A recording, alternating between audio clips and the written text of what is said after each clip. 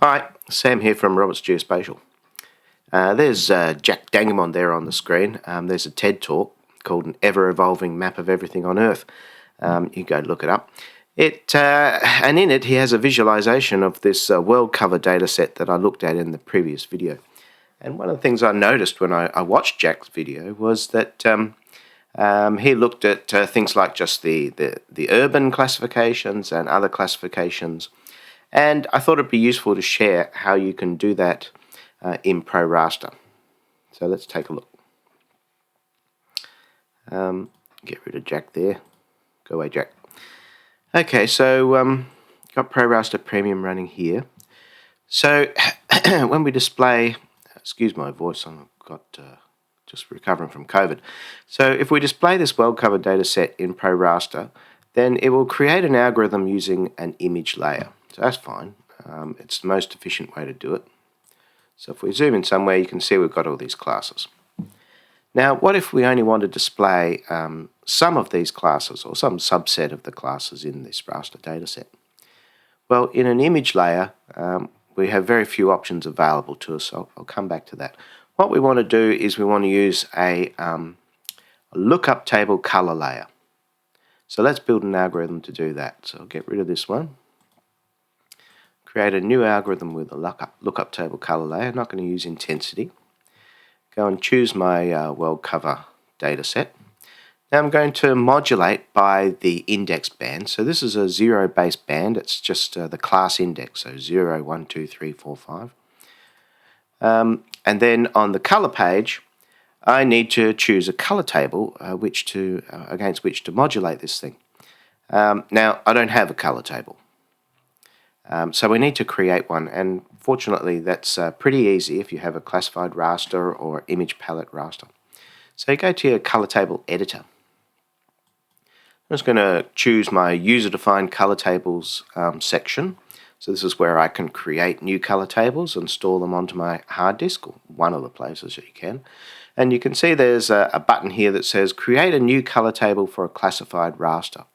I'm going to press that button. I'm going to give my color table a new, I'm slow, my brain is COVID slow. Give it a new name, so WorldCover.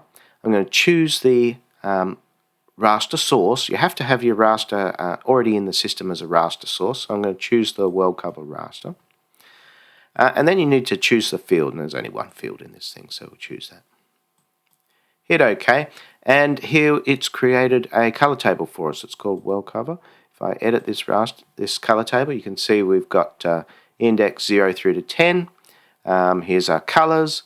It's picked out the labels from the classification table, and this is the data that it's going to match against. So this is a legend using data matching. So hit OK. Now I can go and choose that color table, go into my user-defined color tables for the data transform category, and then choose that table. Then I'm going to choose it from this list here. Now because I've just edited it, it's going to be at the top of the list because it goes into the recents, and the recents sit at the top of the list always.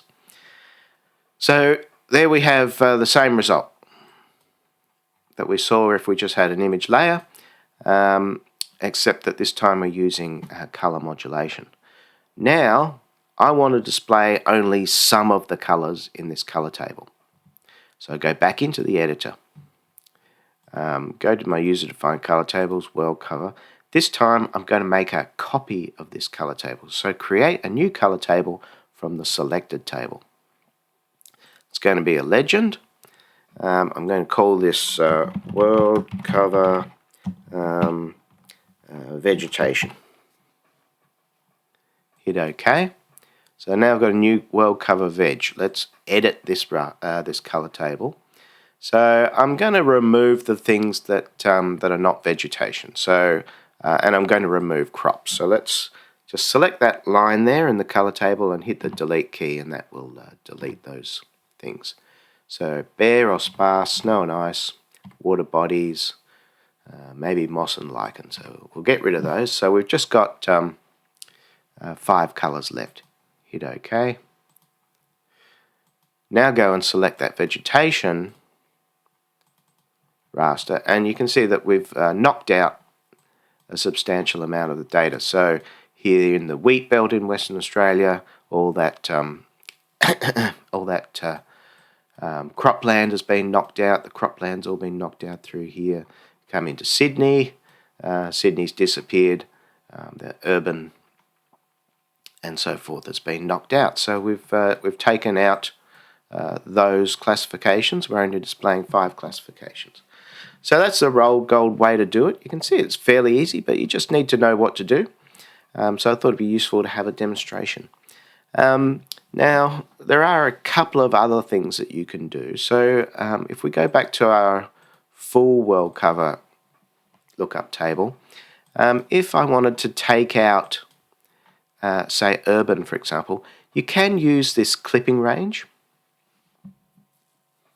So I think urban is 4. So if we said that we were going to go from 3 to 5, and we're going to invalidate everything below the minimum and above the maximum.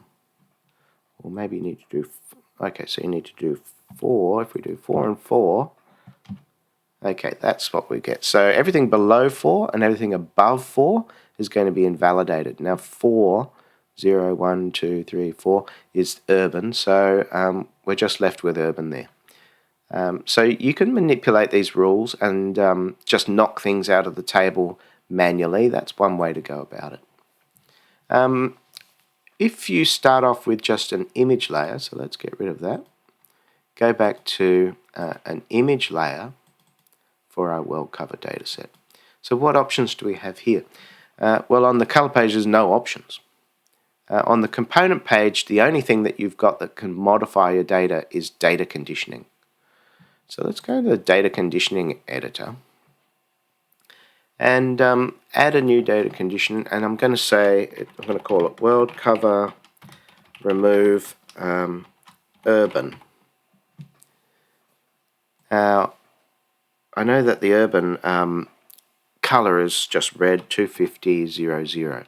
So if I add in a red color and hit OK, and then I select that data conditioning object, then if you look at the imagery, you can see that again Sydney's disappeared.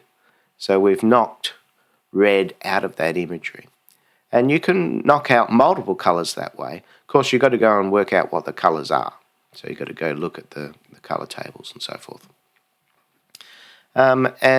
Just another little option, so again go into the data conditioning editor.